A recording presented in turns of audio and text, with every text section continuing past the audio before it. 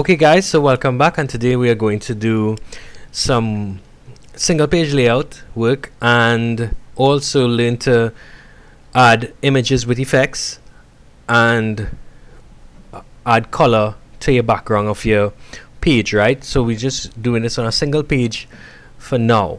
Now I have a heading here and the body text here. So first off, I'm going to just what I've done, I've set this up on a letter size paper with a 3-column layout and a 1/8 inch bleed. So first off, I'm going to leave the heading. Yeah, let's go to the heading first. Let's change the heading, and I'm going to change the heading to paint. Yeah, and because it looks okay, I guess.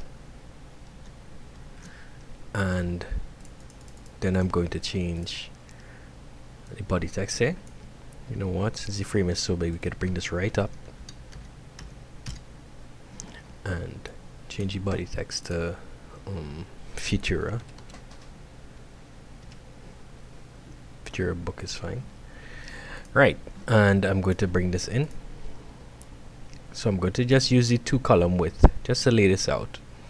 Right now, first off, we are going to change the paragraphing spacing. So going up in our with our text tool, remember the paragraph options, the font options here. We could just go lower down the bar and increase it like this, and increase the font size to about 14 since it's a short story. Now what I want to bring to your attention is this little error symbol here, and that error symbol basically states that InDesign has picked up something that is wrong with your document. And in this case, it's the overset text here, because I've increased the font size and it's overlapped into the text box, right? So we can't read the rest of the story. So InDesign has indicated that here as one error. Now there are different errors that will come up, but the good thing is InDesign will always tell you where the error is. For example, if you go to pre-flight panel in the drop down menu here, it will say text on page 1, overset text on page 1, and exactly on which text frame, the first text frame. If we have a second text frame, it would have said 2, right? So it's text frame 1, so it tell you exactly where the error is. So I know the error is here, so I'm just gonna increase the text frame size in this case. In other cases, you might want to just create a separate text box by clicking the red arrow, the red plus sign, sorry, and just add in a new text box, right? But that is not what I want to do today. So what I'll do, I'll just increase the size of it. All right, so now we can start adding our images. Now what I want is, let's go to file, place, and this is the image that I'm going to use initially, right? And I want it in this general area here. Now the thing about it, I don't want a square image, although we could crop it. I want a circular image here, right? And to do that, basically is to use the framing tool, right? So these are framing tools, and picture it as building templates. So what you could do ideally is to frame up your layout first and say, well, you know, this is what I want, like right here.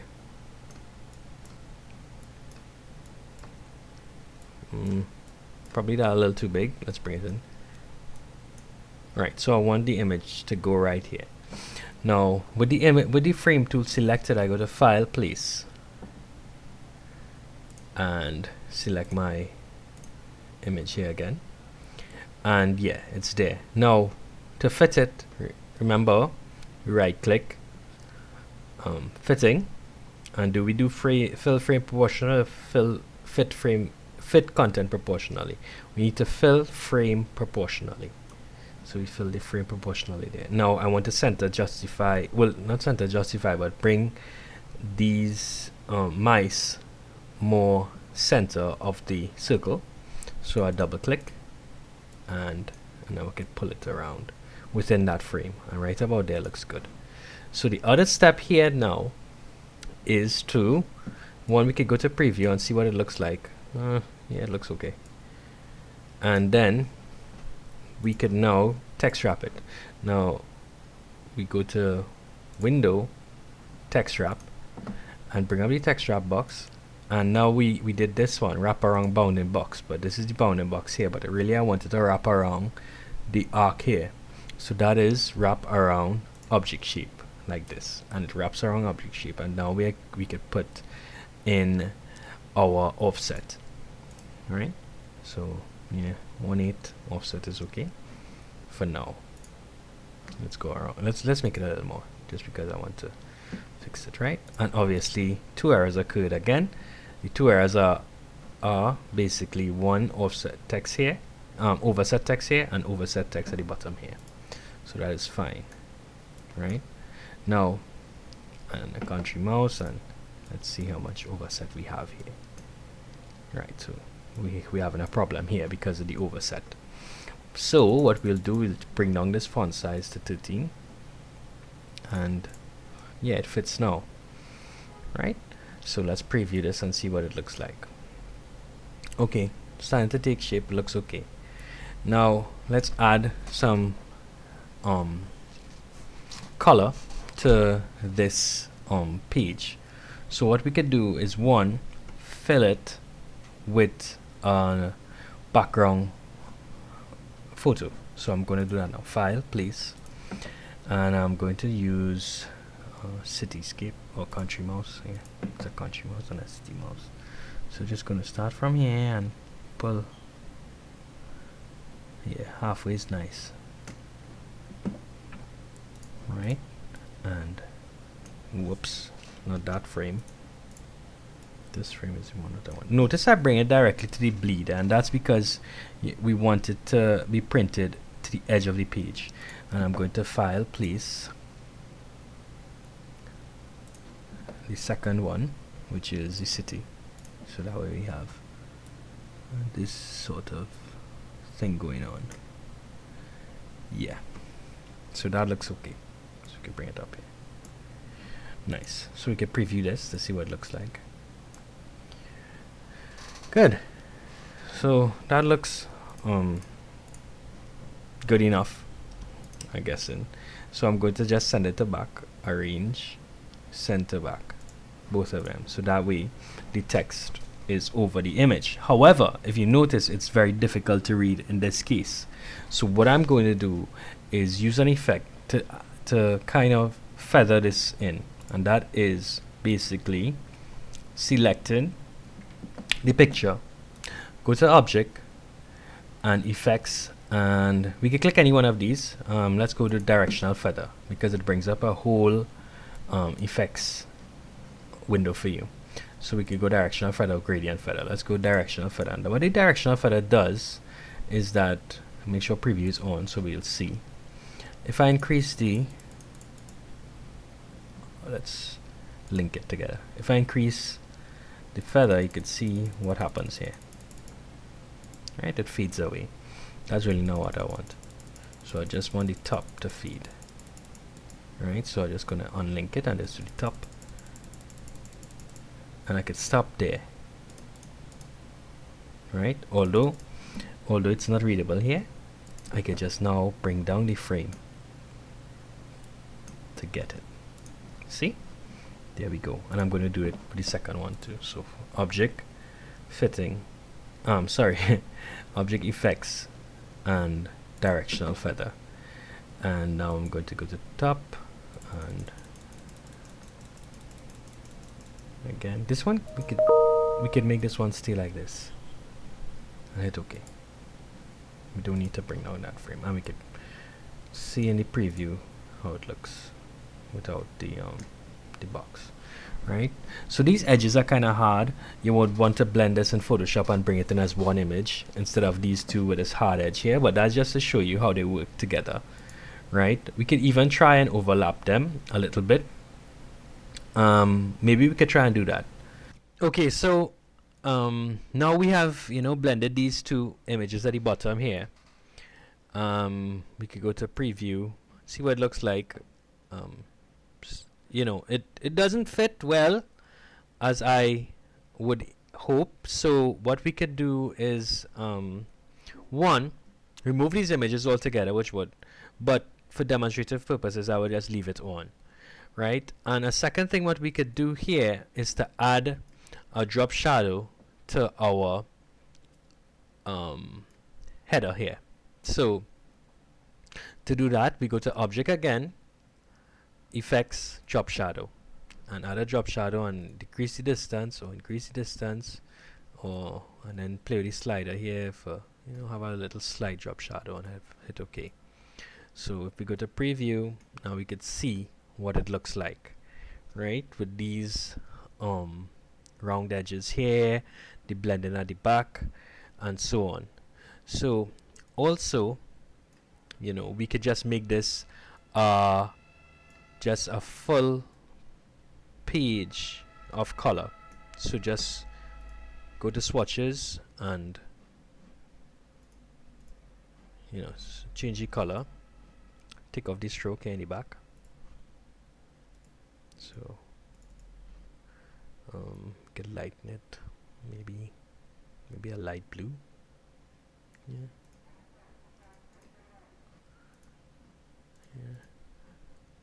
Yeah, and we could arrange center back, right? So we can make it a blue, which looks terrible by the way, but we could see it here. So as this is blue, what we could do is make it a lighter blue by going to object again, effects, transparency, and bring down the transparency, opacity to right around 27%, right? So you really don't see it. So if you go to preview, you'll see what it looks like. It's just a slight tint on the page itself.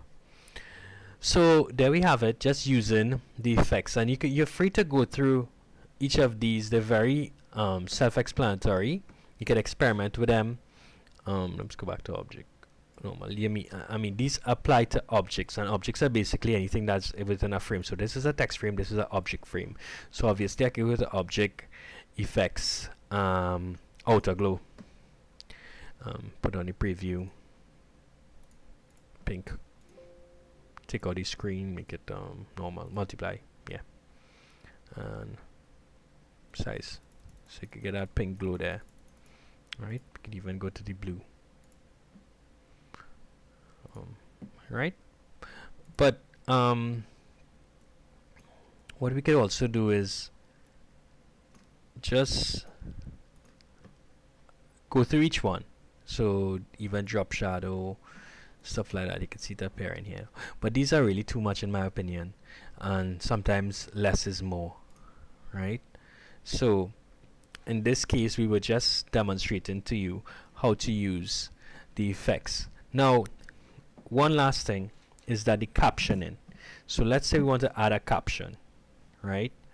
And the caption is, let's say we draw a text box and we said Mr. and Mrs. Mars mice. Oh, let's put mouse. Sis. Yeah, Sis. Yeah, that's a cool name. And yeah,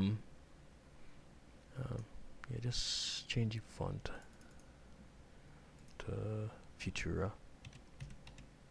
book italic, right, just to make it a little different. So now we could see here that what is happening is that yes, it works, but the closer we bring it, let's say we want to put it right on the side under it. If you notice, it says Mr. big space and Mrs. What is happening here is that because of this text wrap that we have on this object, right, it is avoiding the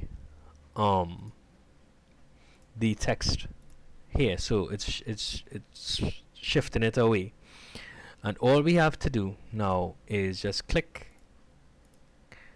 click our text box that we want, go to object,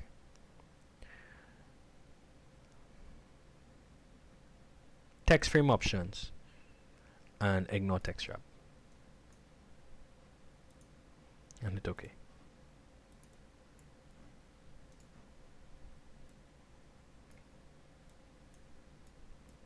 And that is how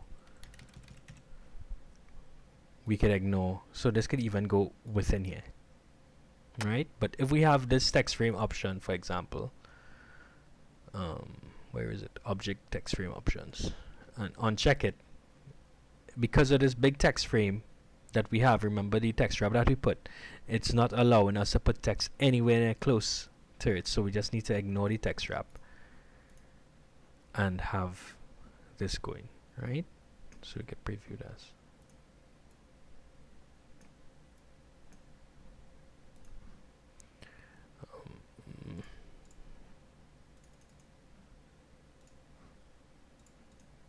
Right? So there you have it. We could build a page. This page is very busy, a lot going on, but it's just to demonstrate to you the different effects that you could use and stuff in InDesign. So remember the hyphenation. We could also square this off a little more, and little things like that. It depends on how you find the look of it, is what look you are looking for in your design. So I'll see you in the next one.